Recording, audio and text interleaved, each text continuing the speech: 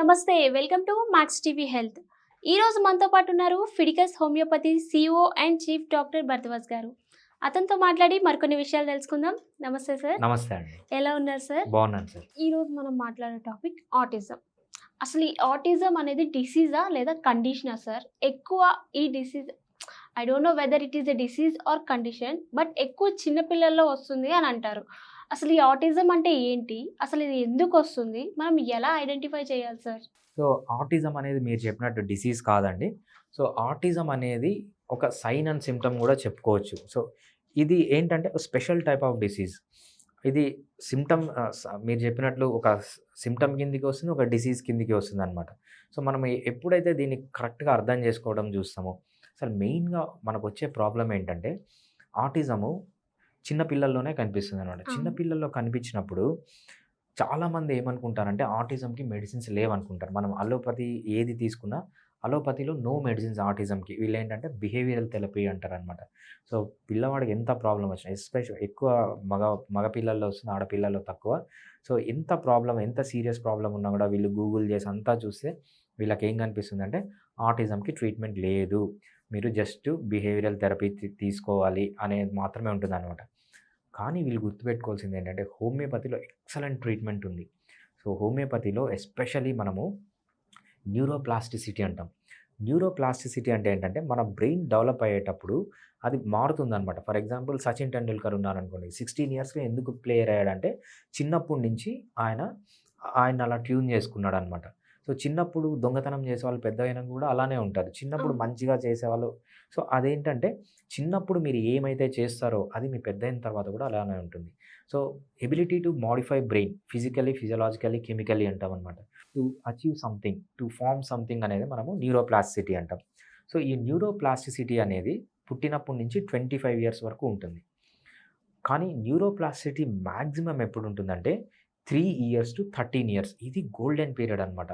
ఈ పీరియడ్‌లో homeopathy treatment తీసుకుంటే ఆటిజం చిల్డ్రన్‌కి so high chances that they will recover from autism.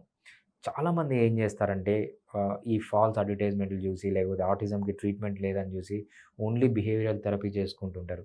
Behavioural therapy ఇంపార్టెంటే. దాంతో పాటుగా వీళ్ళు హోమియోపతి ట్రీట్మెంట్ కంబైన్ చేస్తే హై ఛాన్స్ దట్ చాలా రికవరీ ఉంటుంది.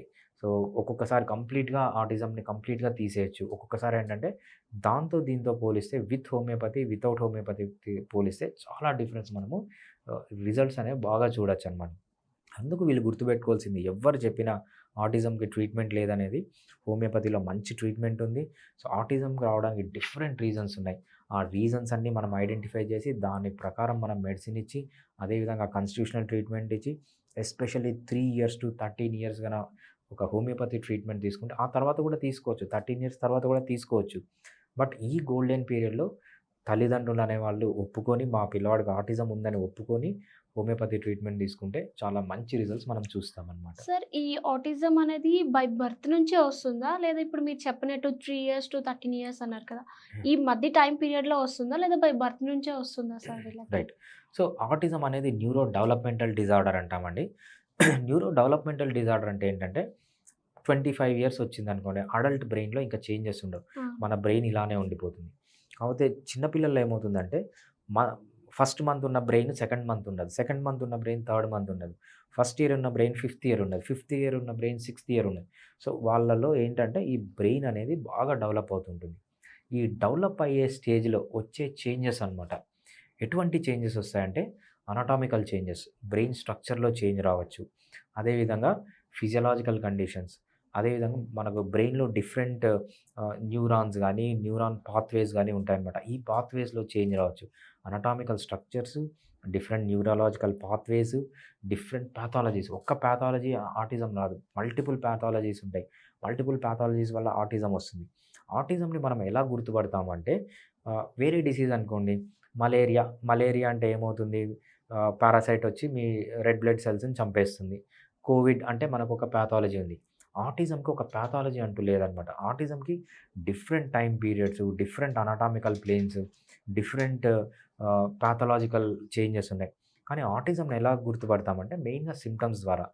ఒకటేంటంటే రిపీటెడ్ మూమెంట్స్ అంటాం అనమాట. రిపీటెడ్ బిహేవియర్స్ అంటాం. ఒకటే పిల్లవాడు నాకు రెడ్ డ్రెస్సే కావాలి. మన దగ్గరకు ఒక పాప వస్తది. ఆ పాప చాలా రిచ్ అనమాట వాళ్ళు. ఆ పాపకి నువ్వు 100 డ్రెస్సులు 1000 డ్రెస్సులు చూపించు. ఆ పాపకు ఒక రెడ్ డ్రెస్ ఉంటది. ఆ డ్రెస్సే యేసుకోవాలి. ఒక పిల్లోడు ఉంటాడనమాట. వాడికేంటంటే మెక్‌డొనాల్డ్స్‌లో అదేదో ఫ్లేవర్ చెప్తుందనమాట వాళ్ళ మదరు. ఫ్రెంచ్ ఫ్రైస్ విత్ అది ఒక చిన్న పొడిలాగా వస్తది. దాన్ని ఏదో చెప్తారు వాళ్ళు. సో, ఆ ఫ్రెంచ్ ఫ్రైస్ ప్లస్ ఆ పౌడర్ కంపల్సరీ కలుపుకొనే తింటాడు. ఎవ్రీ డే 8 అయితే వాడికది కావాల్సిందే. అది లేకపోతే అల్లరి చేస్తాడనమాట. వీళ్ళలో ఏమవుతుందంటే రిపీటెడ్ బిహేవియర్స్ ఉంటాయన్నమాట. ఆ సింప్టమ్స్ ఏ డిసీజ్‌లో ఉన్నా కూడా మనం ఆటిజం అని చెప్తాం. అదేవిధంగా వీళ్ళకి సోషల్ కమ్యూనికేషన్ డెఫిషియన్సీ ఉంటది. సోషల్ కమ్యూనికేషన్‌లో ఏంటంటే సో, వీళ్ళు ఎమోషన్స్‌ని అర్థం చేసుకోలేరు. డిఫరెంట్ టైప్స్ ఆఫ్ అసలు ఫాదర్ కోపంగా ఉన్నాడనుకో they cannot figure out.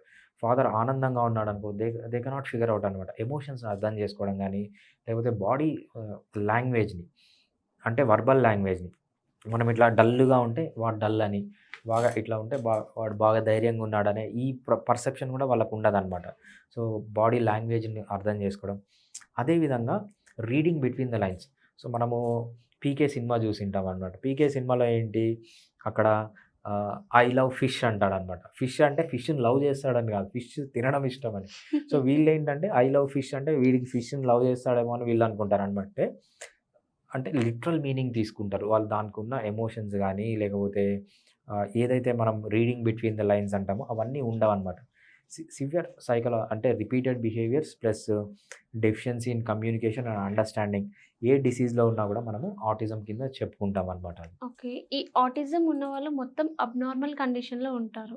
Right. Yes. Yeah! And ఎటువంటి ప్రికాషన్స్ తీసుకోవాలి సార్? ఒకవేళ హ్మ్. నెగ్లెక్ట్ చేశారనుకో, కొంతమంది పేరెంట్స్ చూపిస్తారు. లైక్ హోమియోపతి ఉందని తెలీదు. తెలియకుండా నార్మల్‌గా థెరపీస్ చూపిస్తారు కదా సార్!